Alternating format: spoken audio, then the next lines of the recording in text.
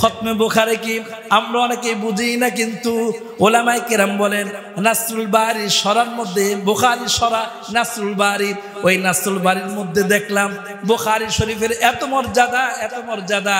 এই বুখারী কিতাবটা যদি আল্লাহর কোনো বান্দা কোনো নৌকায় নিয়ে চলে, কোনো লঞ্চে নিয়ে চলে, কোনো লঞ্চের মধ্যে যদি বুখারী শরীফ কিতাবটা রাখা হয়, আল্লাহর গোলাম বলেন উলামায়ে কেরাম কিতাবের মধ্যে লেখেন যেই কিতাবটি যেই নৌকার মধ্যে থাকবে, যেই জাহাজের মধ্যে থাকবে, ওই জাহাজ কখনো তুফানে ডুববে না।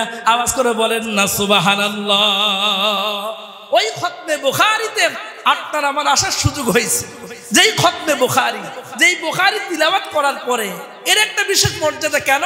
যে বুখারী শরীফের মধ্যে আল্লাহর গোলাম ইমাম বুখারী যে হাদিসগুলো তিনি নির্বাচন করেছেন, অনেক কষ্ট করেছেন, নামাজ পড়েছেন, গোসল করেছেন।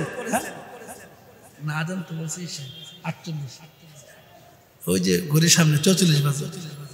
তো যেটা বলতেছিলাম ভাই, বুখারীর এত মর্যাদা কেন? বুখারী শরীফের মর্যাদা এই জন্যে ইমাম বুখারী এই হাদিসগুলো, আসলে হাদিস হলো নবীর কথাগুলো তিনি জমা করতে গিয়ে তিনি গোসল করেছেন, 2 রাকাত নামাজ পড়েছেন। যে কোনো মানুষের কাছ থেকে তিনি হাদিস নেন নাই,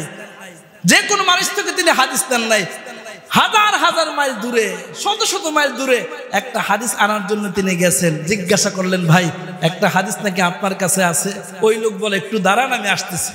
আসছে, ইমাম বুখারী তালাশ করে দেখলেন ভদ্রলোক কোথায় গেলেন, তার একটা ঘোড়া ছুটে গেছে। ওই ঘোড়াকে তিনি ঘাস দেখায় এরপরে তিনি কাছে আনলেন। ইমাম বুখারী বললেন, ভাই যাই, আসসালামু আলাইকুম, হাদিস দিবেন না? বলে আপনার কাছ থেকে হাদিস নেওয়া যাবে না। বলে সহিহ হাদিস আমার কাছে, আপনি যে কত সহিহ হাদিস বলবেন। আমার বুঝে আসছে যে পশুকে ধোকা দেয় সে যে নবীর হাদিসের মধ্যে ধোকা দিবে না, এর কি বিশ্বাস আছে? ইমাম বুখারী এত সতর্কতার সাথে তিনি হাদিসগুলো জমা করেছেন। এজন্যই বুখারী শরীফের এত মর্যাদা। মুসলমান ইমানদার এই বুখারীর তিলাওয়াতের পরে বালা মুসিবত আসলে দোয়া করলে দোয়া কবুল হয়, ওলামায়ে কেরাম বলছেন। এজন্য আমরা চেষ্টা করব আখিরি মোনাজাত পর্যন্ত, বুখারীর দর্সের পরে আখিরি মোনাজাত হবে, আমরা আখিরি মোনাজাত পর্যন্ত থাকার চেষ্টা করব।